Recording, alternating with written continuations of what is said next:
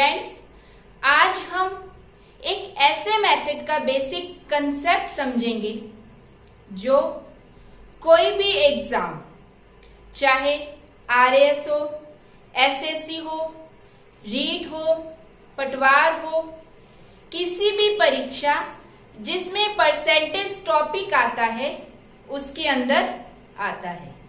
और हम ये देखेंगे कि इस मेथड को हम कहाँ अप्लाई कर सकते हैं। जो रीट और पटवार के स्टूडेंट हैं वो विशेषतः इस मेथड पर ध्यान दें। इस मेथड में कम से कम 2 क्वेश्चन तो उन्हें परीक्षा में मिलेंगे। आज हम बात करेंगे एक क्वेश्चन, तो सामने बोर्ड पे लिखा हुआ है कि एक कार चालक अपनी गति को 20% बढ़ा दे तथा समय में 10% की कमी करे तो उसके द्वारा तय दूरी में क्या परिवर्तन होगा। वास्तव में ये प्रश्न चाल दूरी समय का नहीं है, ये प्रतिशत के कंसेप्ट पर आधारित है। बस हमारा इसका एक बेसिक कंसेप्ट क्लियर होना चाहिए। आज हम उसी बेसिक कंसेप्ट की बात करेंगे। आज हम एक ऐसा बेसिक कंसेप्ट देखेंगे जो लगभग हर परीक्षा में पूछा जाता है। हम एक नेक्स्ट क्वेश्चन की बात करते हैं जिसमें दिया गया है किसी वस्तु की कीमत अगर 10% बढ़ जाती है और एक महिला द्वारा इसकी खपत में 20% की वृद्धि कर दी जाती है तो इस परिवार के खर्च में कितने प्रतिशत का प्रभाव पड़ेगा, यानी कितने प्रतिशत उसके अंदर परिवर्तन होगा। पहले हम इस मेथड का बेसिक कंसेप्ट देख लेते हैं, फिर उसके बाद हम थोड़ा इसका शॉर्ट मेथड भी देखेंगे। डायरेक्ट मेथड की अगर हम बात करें तो हम मान के चलते हैं कि किसी वस्तु की कीमत, मान लेते हैं कि बढ़ने से पहले उस वस्तु की कीमत थी X रुपए प्रति किलोग्राम, और जब हम उसकी खपत की बात करें तो पहले खपत हम मान लेते हैं कि Y किलोग्राम उसकी खपत होती है। अब जब उसकी कीमत 10% बढ़ गई तो नई कीमत कितनी होगी, तो नई कीमत 10% बढ़ने से कितनी होगी, 110/100।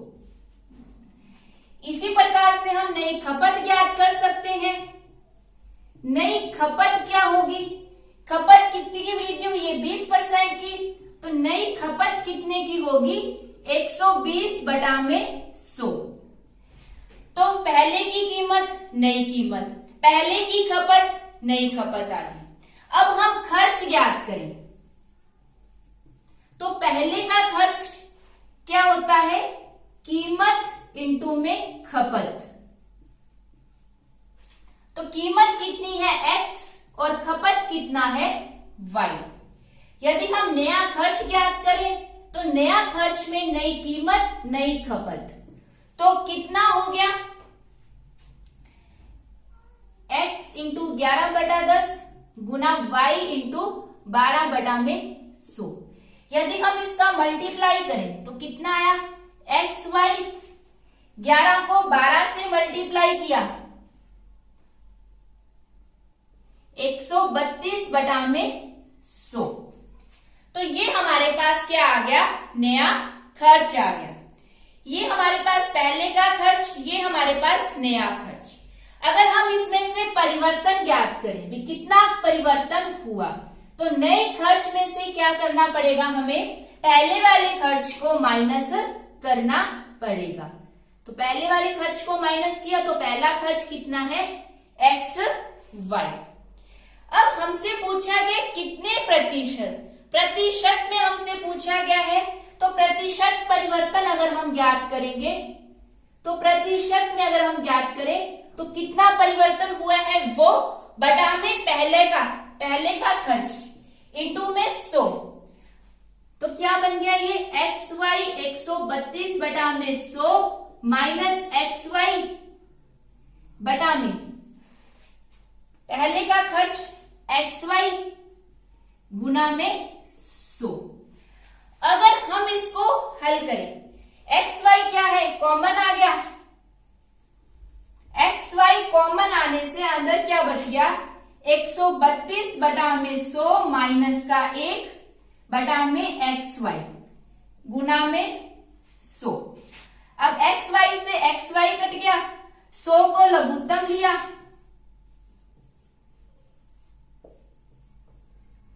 गुना में 100। हल करेंगे तो कितना आ गया, 32%। तो उसके खर्च में कितना परिवर्तन हो गया, 32% का उसके अंदर परिवर्तन हो गया। ये बिल्कुल हमारा एक बेसिक कंसेप्ट है, हम बिल्कुल शून्य से लेकर चले हैं और अपने लास्ट पे अपने आंसर तक पहुंचे हैं। प्रत्येक क्वेश्चन का आपको बेसिक मेथड तो कम से कम पता होना ही चाहिए। एक बार आप इसका स्क्रीनशॉट ले लीजिए।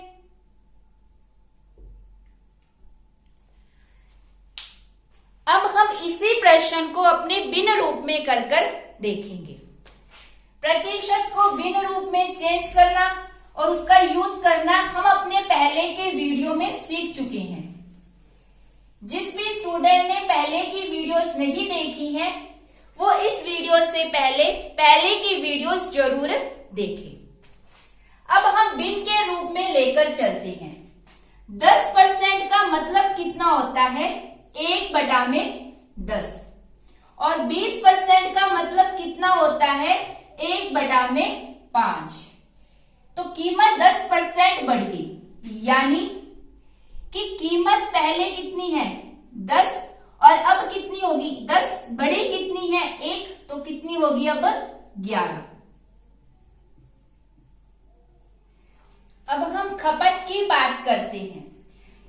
तो खपत अगर हमारे पास 5 है तो खपत में वृद्धि हो रही है, तो कुल खपत कितनी होगी अब 6। यदि हम अब खर्च की बात करें तो खर्च क्या होता है, कीमत इंटू में खपत। तो खर्च कितना है यहाँ 50, अब यहाँ खर्च कितना है 66। तो परिवर्तन कितने का हुआ 16 का। तो हमें प्रतिशत परिवर्तन ज्ञात करना है।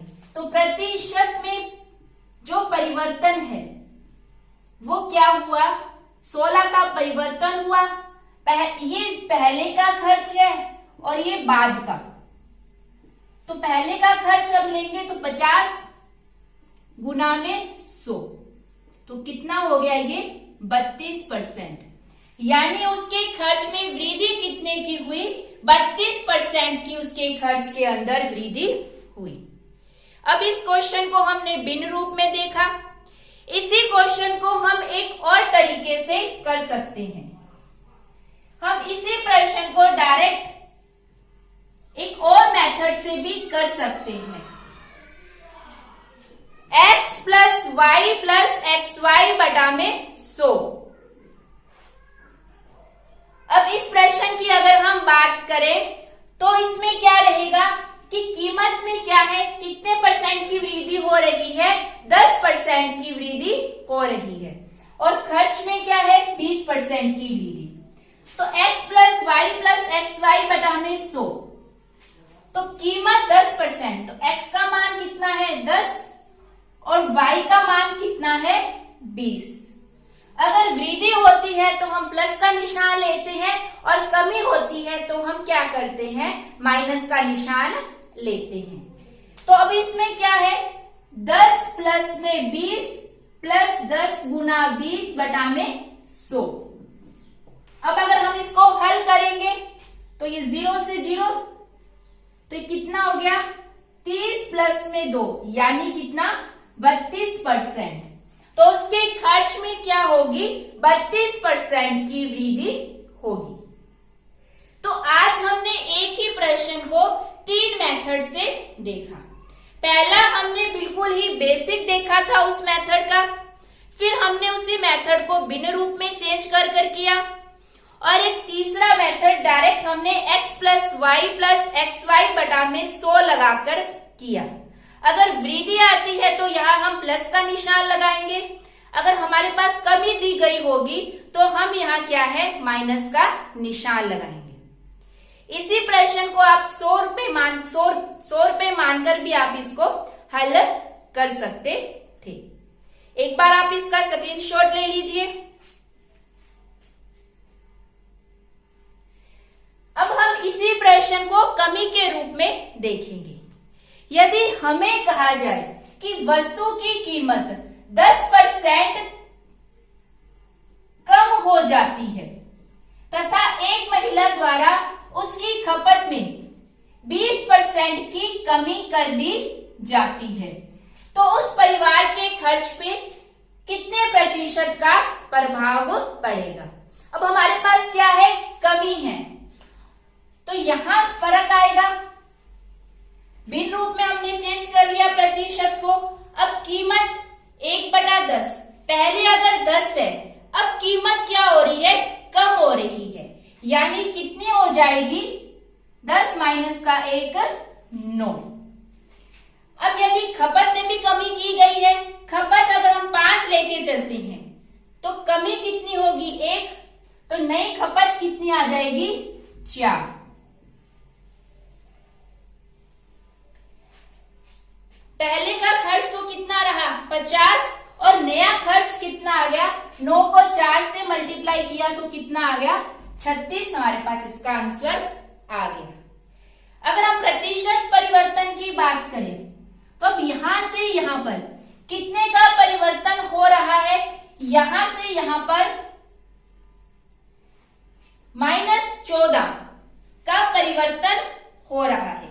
तो यहां माइनस का साइन किसको शो कर रहा है, ये कमी को शो कर रहा है, यानी कि इस प्रश्न में क्या होगा, हमारे पास जो परिवर्तन होगा वो क्या होगी, कमी होगी। तो प्रतिशत कमी कितनी होगी, 14/50 इंटू में 100, तो कितना आ गया हमारे पास, 28% क्या आ गई हमारे पास, प्रतिशत में कमी आ गई।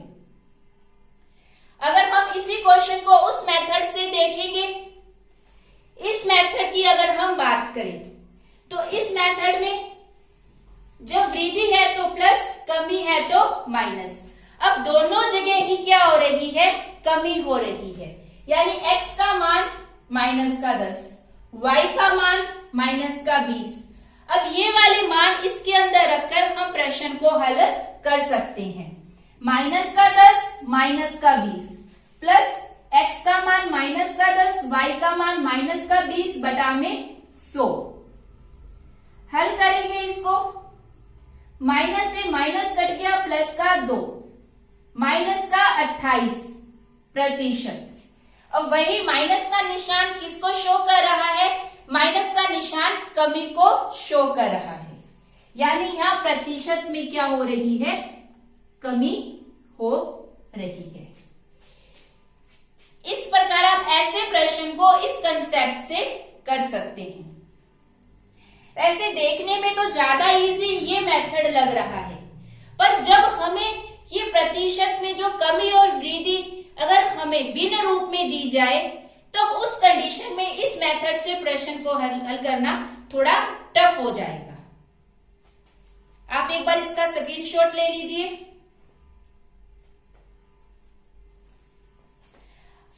अब हम नेक्स्ट कुछ प्रश्न देखते हैं जो पटवार और रीट बढ़ती परीक्षा में आए।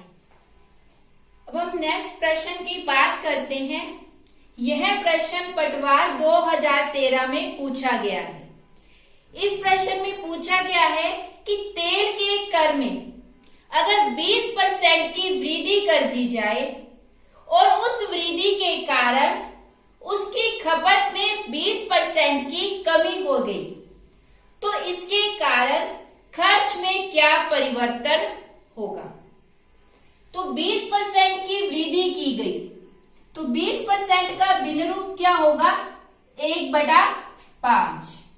तो यदि पहले कर 5 था, अब वृद्धि की गई तो नया कर कितना हो गया, 6। खपत पहले कितनी है, खपत में वृद्धि की गई है 20% की, तो खपत अगर पहले 5 है, सॉरी खपत में क्या की गई है, कमी की गई है। अगर खपत पहले 5 है तो अब खपत कितनी होगी? 4। वही तरीका जो पहले किया था, तो पहले का खर्च कितना आ गया? 25 और अब नया खर्च कितना आ गया? 24।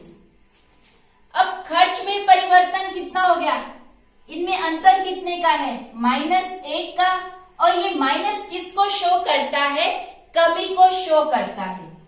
तो कमी, प्रतिशत कमी कितनी होगी? 1। पहले का खर्च 25 गुना में 100, यानी कितना आ गया? 4%। तो 4% की क्या होगी? कमी हो गई। ऐसे प्रश्न को देखकर आपको ये आइडिया नहीं लगाना कि 20% की वृद्धि हुई, 20% की कमी, तो ना वृद्धि ना कमी। ऐसा करना गलत है। आप इसे इस मेथड से हल कीजिए। अब हम इसे दूसरे मेथड से देखते हैं। उस मेथड में क्या है?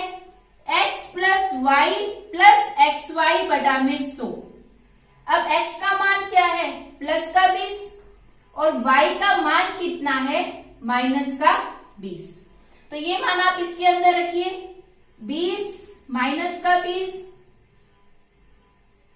बटा में 100। जब हम इसे हल करेंगे तो ये कितना आ गया? माइनस का 4। तो माइनस का मतलब कमी, और कमी कितने प्रतिशत हो गई है? 4% की कमी हो गई है। ऐसे प्रश्न एग्जाम में अधिकतर आते हैं, चाहे रीट का एग्जाम हो चाहे पटवार का एग्जाम हो। जब प्रतिशत वृद्धि अंकीय मान और प्रतिशत कमी का अंकीय मान बराबर हो तो ऐसे प्रश्न में हमेशा क्या होती है? हमेशा कमी होती है। यदि हम इसी फॉर्मूले, इसी मेथड की अगर हम बात करें, इसी मेथड में हम मान लेते हैं कि उससे क्या हो रही है? x% की वृद्धि और x% की क्या हो रही है? कमी हो रही है।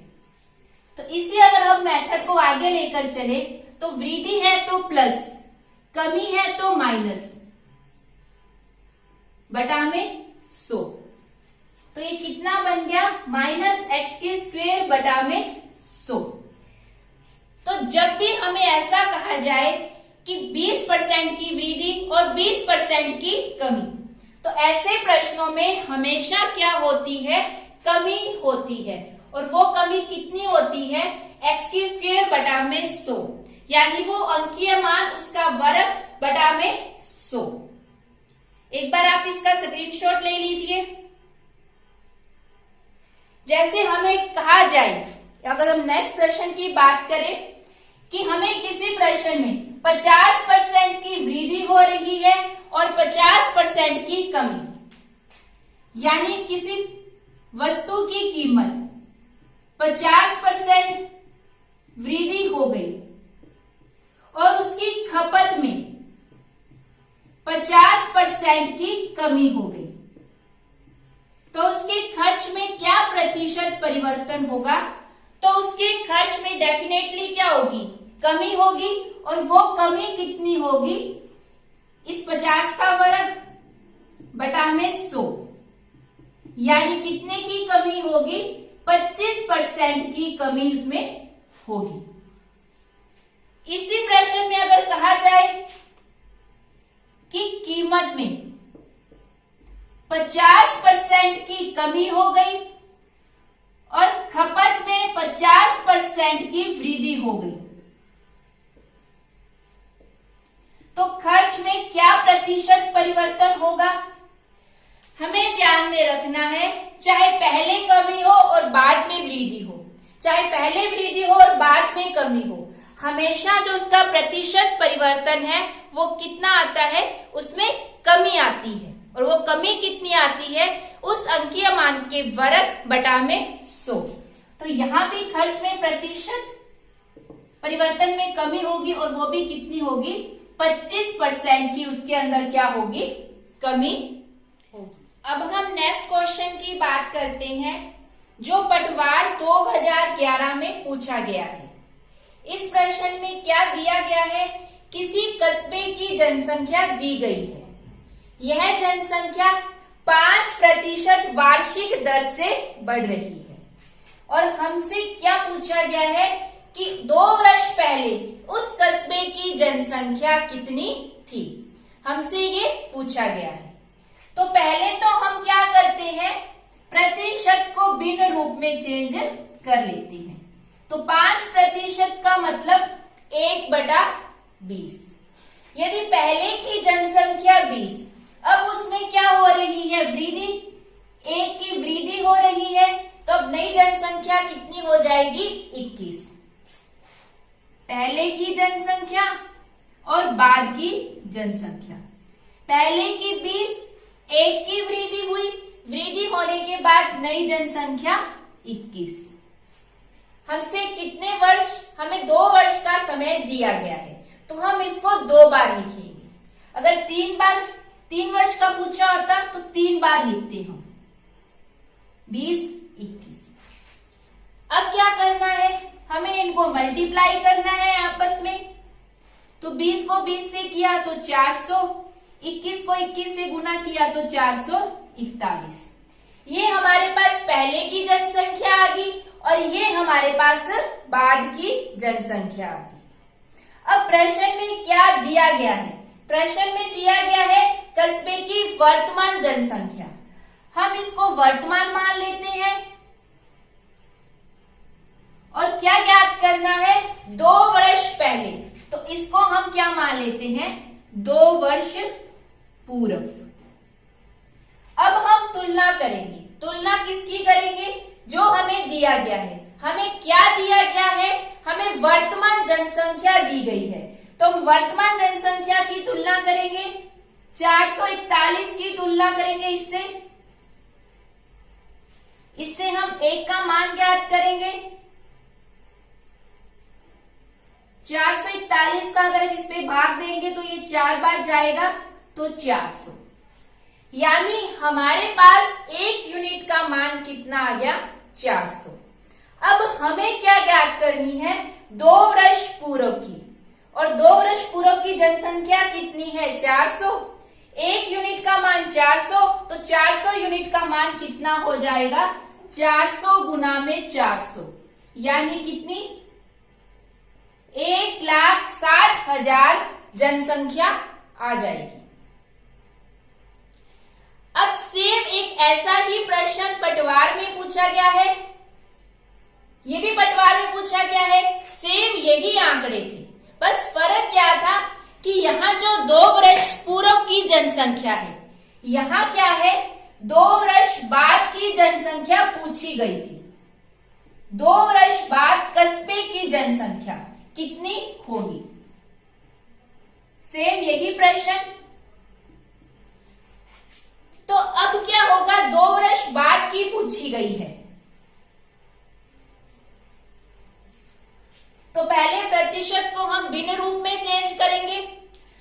अब हमें दिया क्या है और ज्ञात क्या करना है, 2 वर्ष बाद, यानी कि हमें ये वाले आंकड़े की तुलना बाद में करनी है, ये 2 वर्ष बाद की जनसंख्या, और इसको हम वर्तमान मान लेते हैं।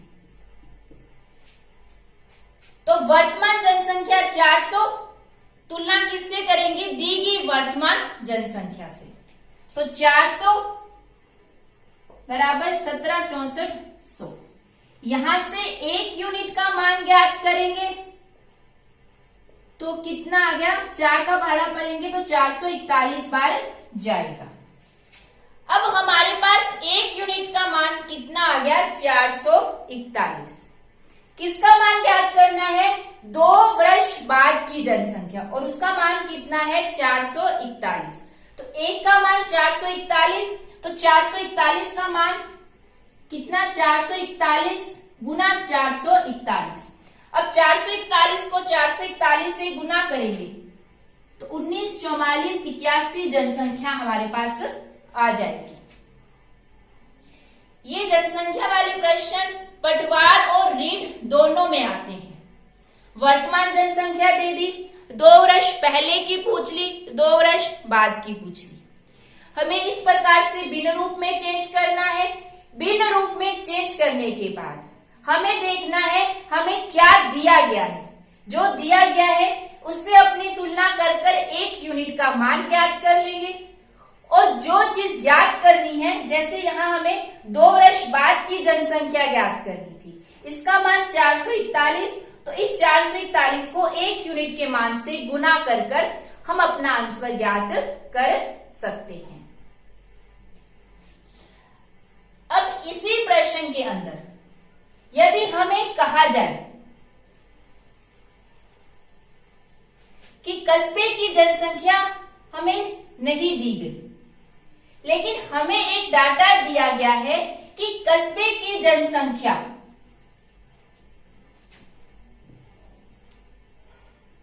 एक कस्बे की जनसंख्या में 2 वर्ष में 4100 की वृद्धि होती है। अब प्रश्न में क्या कहा गया है? 5% वार्षिक दर से तो वृद्धि हो रही है, साथ में हमें ये दिया गया है कि कस्बे की जनसंख्या में 2 वर्ष में टोटल कितनी वृद्धि हो रही है? 4100 की वृद्धि हो रही है।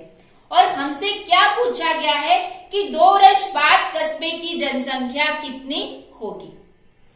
अब हम देखेंगे कि हम तुलना किससे करेंगे। अब हमें क्या दिया गया है? 2 वर्ष में जनसंख्या में कितने की वृद्धि होगी? 4100 की वृद्धि होगी। ना वर्तमान जनसंख्या दी गई है, ना हमें बाद की जनसंख्या दी गई है, हमें वृद्धि दी गई है। तो हम यहाँ देखें तो यहाँ वृद्धि कितने की हो रही है? पहले 400 की थी, फिर 441, यानी टोटल वृद्धि कितने की होगी? 41 की। तो हम 4100 की तुलना किससे करेंगे? 4100 से करेंगे। तो 41 की तुलना अगर हम 4100 से करते हैं तो 1 यूनिट का मान कितना आ गया? 100। अब हमसे क्या पूछा गया है? 2 वर्ष बाद की जनसंख्या। अब 2 वर्ष बाद की जनसंख्या यहां कितनी है? 441, तो इसे 100 से गुना करेंगे। अगर इसी प्रश्न में कहा जाता 2 वर्ष पहले की जनसंख्या, तो हम क्या करेंगे?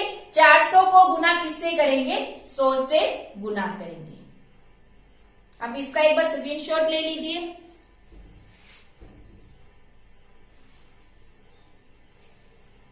अब इसी प्रश्न में हमसे एग्जामिनर पूछे, हमें कोई डाटा ना दिया जाए, सिर्फ ये दिया जाए कि कस्बे की जनसंख्या में 5% वार्षिक दर से वृद्धि होती है, तो 2 वर्ष बाद कस्बे की जनसंख्या में कुल कितने प्रतिशत की वृद्धि होगी?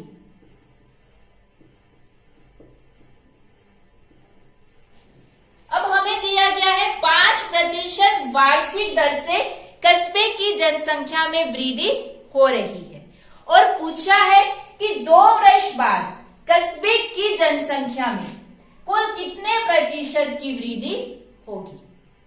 तो कुल कितने प्रतिशत की वृद्धि? तो इसमें हम देखते हैं कि 400, पहले 400, 2 वर्ष बाद कितनी हो रही है? 441। परिवर्तन कितने का हो रहा है? 41 का। यदि हम प्रतिशत वृद्धि ज्ञात करें तो प्रतिशत वृद्धि 41, पहले की जनसंख्या 400 गुना में 100। अगर हम इसको 41 में 4 का भाग देंगे तो कितना आएगा?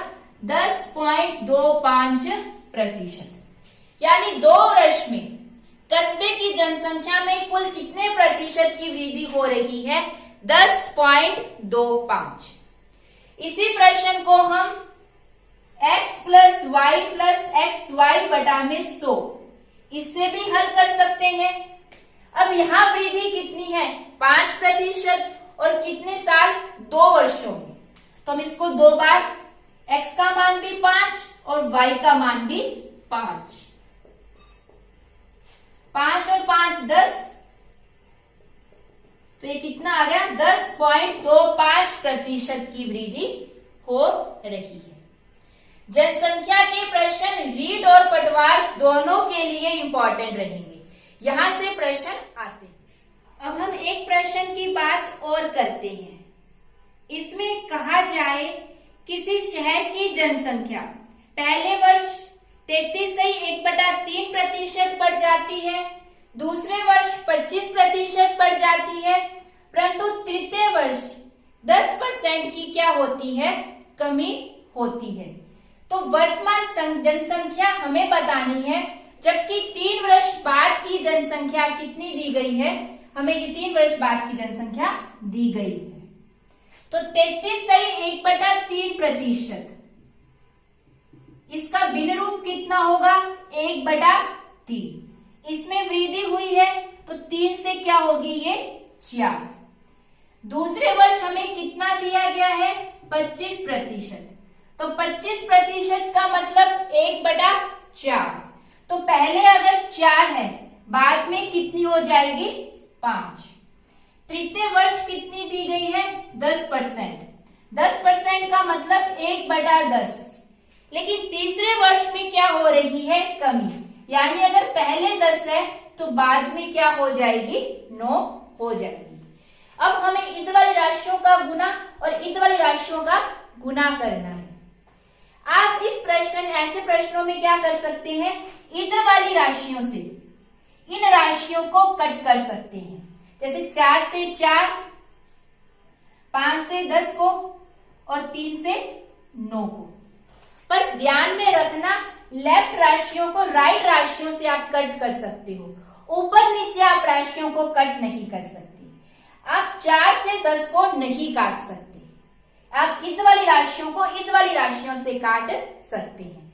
अब हमारे पास पहले का मान कितना आ गया 2 और अब का मान कितना आ गया 3 आ गया। और अब हमें प्रश्न में क्या दिया गया है 3 वर्ष बाद की जनसंख्या। तो 3 वर्ष बाद की जनसंख्या इन आंकड़ों में कितनी है 3, तो तुलना करेंगे 3 बराबर कितना 363900। 1 यूनिट का मान ज्ञात करेंगे तो ये, और हमें क्या ज्ञात करनी है वर्तमान जनसंख्या। तो वर्तमान जनसंख्या यहां कितनी है 2, तो हम क्या करेंगे 2 से गुना करेंगे, तो ये कितना आ गया, इतनी जनसंख्या हमारे पास प्राप्त हो गई। इस प्रकार अगर हमें प्रत्येक वर्ष अलग अलग वृद्धि और कमी दी जाए तो भी हम प्रश्नों को इस तरीके से हल कर सकते हैं। ऐसे ही अगर हम प्रश्नों की बात करें तो ऐसे प्रश्न मशीन का मूल्य, किसी वस्तु की लंबाई में भी ऐसे प्रश्न हमसे पूछ सकते हैं। जैसे पहले आप इसका स्क्रीनशॉट ले लीजिए।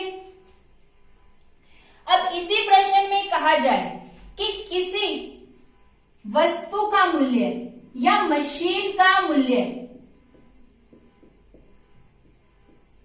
पहले वर्ष बढ़ता है, दूसरे वर्ष 25% से बढ़ता है, तीसरे वर्ष 10% की कमी होती है, तो उसका वर्तमान मूल्य क्या होगा, जबकि 3 वर्ष बाद का मूल्य हमें इतना रुपए दिया गया हो। सेम वही प्रश्न, बस थोड़ी सी लैंग्वेज चेंज कर दी गई। यही तरीका रहेगा उस प्रश्न को हल करने का।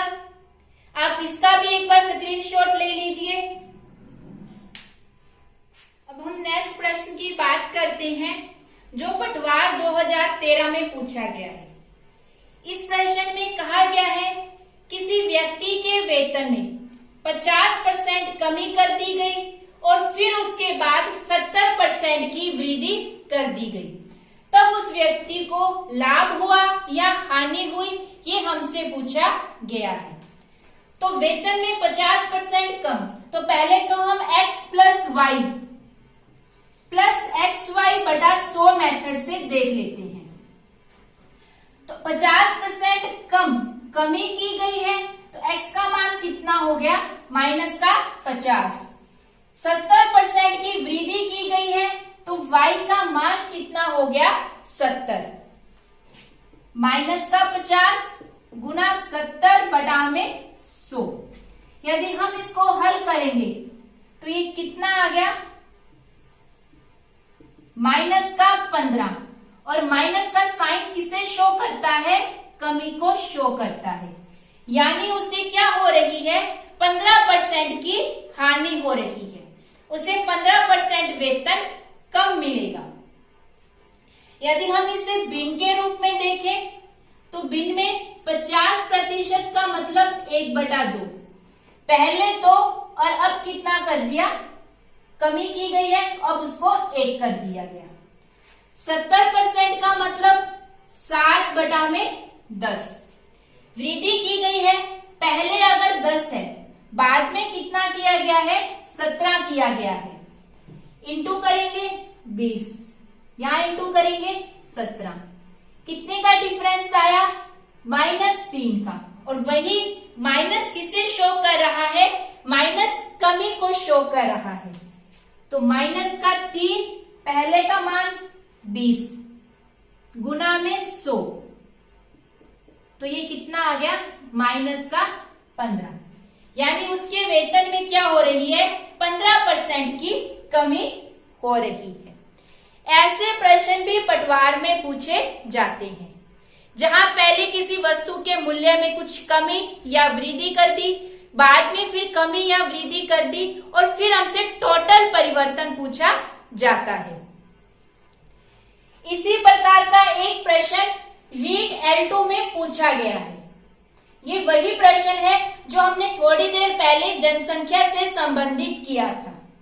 वही प्रतिवर्ष कितने की वृद्धि हो रही है, 10% की वृद्धि हो रही है, और 2016 में कितने का संख्या है, 1500, और 2018 में हमसे पूछी गई है। तो यहाँ हमें टाइम कितना दिया गया है, यहाँ 2016, यहाँ 2018, तो टोटल कितने का फर्क हो गया समय में, 2 वर्ष। तो 10% का मतलब 1/10, पहले 10, तो अब वृद्धि होकर कितने की होगी, 11। कितनी बार लिखेंगे, 2 बार, क्योंकि 2 वर्ष का, तो 2 वर्ष बाद का पूछा गया है, तो 10, 11 इंटू करेंगे तो यहाँ कितना आ गया, 100, यहाँ इंटू किया तो कितना आ गया, 121 आ गया। अब हमसे 2016, तो ये 2000 यानी कि पहले की जनसंख्या और ये बाद की जनसंख्या, तो हम तुलना किससे करेंगे, हम तुलना 100 की किससे करेंगे, 1500 से। तो 100 की 1500 से तुलना की, 1 का मान ज्ञात किया तो कितना आ गया, 15, और हमें ज्ञात किसकी करनी है, 2018 की, तो यानी कि 121, 15 गुना 121 कितना आ गया, 18, 15। तो 2 वर्ष के बाद विद्यालय में कितने विद्यार्थी होंगे, 18, 15। तो ऐसे प्रश्न रीड और पटवार में पूछे जाते हैं। आप एक बार इनका स्क्रीनशॉट ले लीजिए। अब हम अपने नेक्स्ट प्रश्न पर बात करते हैं। ये वही प्रश्न जो हमने पहले बात की थी। वास्तव में जो हम अब तक कंसेप्ट की बात कर रहे हैं, हम उस मेथड की बात करते हैं। यदि हमें किसी प्रश्न में इस प्रकार की कंडीशन बने, z बराबर xy, यानी कीमत गुना में खपत बराबर में खर्च, कीमत में कुछ परिवर्तन और खपत में कुछ परिवर्तन, कमी या वृद्धि, खपत में कमी या वृद्धि, हमसे खर्च में कमी या वृद्धि, खर्च में जो परिवर्तन होगा हमसे पूछा जाए, तो हम वही मेथड अप्लाई करते हैं जो अब तक हम करते आए हैं। यानी अगर हमें x में कुछ परिवर्तन दिया जाए, y में कुछ परिवर्तन दिया जाए, इन दोनों में परिवर्तन के बाद z में परिवर्तन पूछा जाए, तब हम क्या करते हैं, तब हम इस फॉर्मूले का यूज करते हैं, या हम क्या करते हैं, भिन्न रूप में चेंज करके इन प्रश्नों को हल करते हैं। ये मेथड वहां भी काम आएगा जहां x में परिवर्तन करके कुछ नई राशि प्राप्त हो, जैसे y प्राप्त हो, और y में फिर परिवर्तन करके हमें टोटल उस राशि में परिवर्तन पूछा जाए, तब भी हम ये मेथड अप्लाई करते हैं। जैसे हमने वेतन के प्रश्न में किया था कि वेतन के प्रश्न में कुछ वृद्धि करके फिर उसमें कुछ कमी की गई, टोटल उसमें क्या परिवर्तन होगा, तब हम ये मेथड अप्लाई करते हैं। तो ये मेथड हम कहाँ कहाँ अप्लाई कर सकते हैं, जहां जहां ये रिलेशन बने। जैसे किसी वस्तु की कीमत है, बिक्री दे दे, हम क्षेत्रफल वाले कंसेप्ट, जैसे हम आयत के क्षेत्रफल की बात करें तो वो क्या होता है, लंबाई गुना में चौड़ाई। लंबाई में कुछ परिवर्तन, चौड़ाई में कुछ परिवर्तन, और फिर क्षेत्रफल में परिवर्तन पूछा जाए तो हम ये मेथड से इस प्रश्न को हल कर सकते हैं।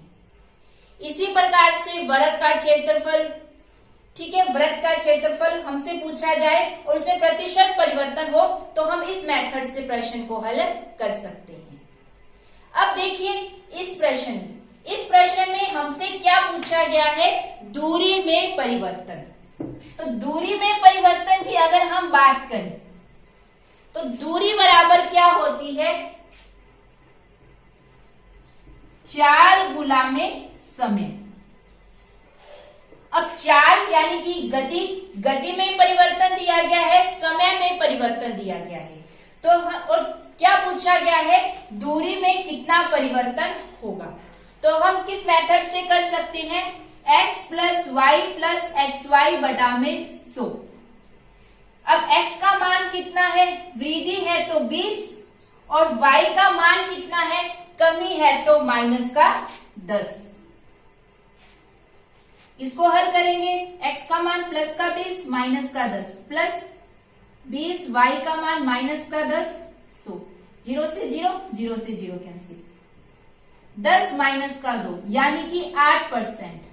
8% में क्या होगी, उसकी वृद्धि होगी, यानी वो अपनी गति को 20% बढ़ा दे और समय को क्या कर दे, 10% कम कर दे, तो वह 8% अधिक दूरी तय करेगा। इसी को हम भिन्न रूप में भी करके देख सकते हैं। यदि हम भिन्न रूप में करें तो 20% का मतलब 1/5, तो पहले 5 बाद में 6। 10% का मतलब 1/10, यानी पहले 10 और बाद में क्या है, 9। अब हमने कुछ देर पहले देखा था कि हम इधर वाली राशियों को इधर वाली राशियों से कट कर सकते हैं। तो हम ये वाली इधर वाली राशि 2 के पहाड़े से काट दिया, तो इस प्रकार से हम इसे कट कर सकते, और कोई राशि कट नहीं सकती। फिर हम इनका आपस में मल्टीप्लाई करेंगे, 25 और इसका मल्टीप्लाई किया 27। 25 से 27 में कितने की वृद्धि हुई, 2 की वृद्धि हुई।